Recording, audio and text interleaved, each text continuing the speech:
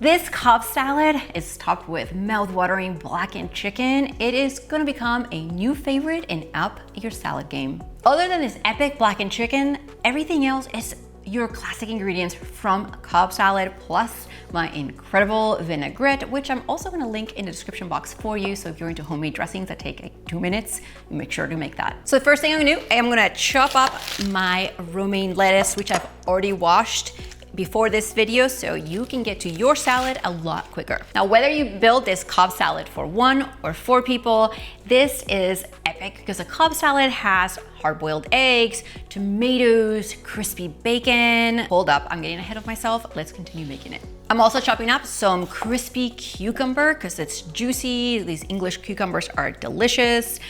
Also, cherry tomatoes, you can put them whole on top or in half. I personally like them sliced in half. What would a Cobb salad be without a hard-boiled egg? Let's cut this guy in half. Let's make some room on the board and put these guys on the salad. Now I'm gonna coarsely chop up this bacon that I cooked in the microwave, which if you've never done it before, I'll link that video for you right below. Now I'm gonna add a shallot to my Cobb salad. Shallot and onions are cousins. I just happen to have a shallot around. It's milder than red onions, but if you like red onion on your salads, go ahead and do that. Now, this blackened chicken is simply incredible. I cooked it in another video, which I'm gonna leave the recipe and the link to that below. It'll be the tastiest chicken you'll ever make. So I'm simply going to slice it. You can make an entire pan just like I did here and have it in the fridge for when you make your salads throughout the week. It adds tons of flavor and lots of protein. I'm gonna add some avocado to this salad. Doesn't cost extra in this video. Check it out.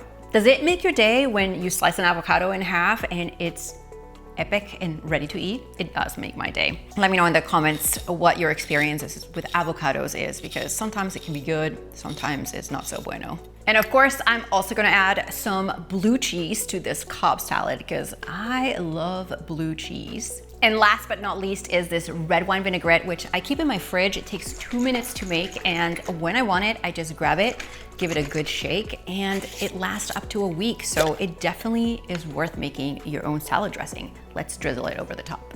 And that is how I make the most incredible Cobb salad with blackened chicken, which I'm gonna leave everything you need below in the description box so you can have epic salads too. See you next time.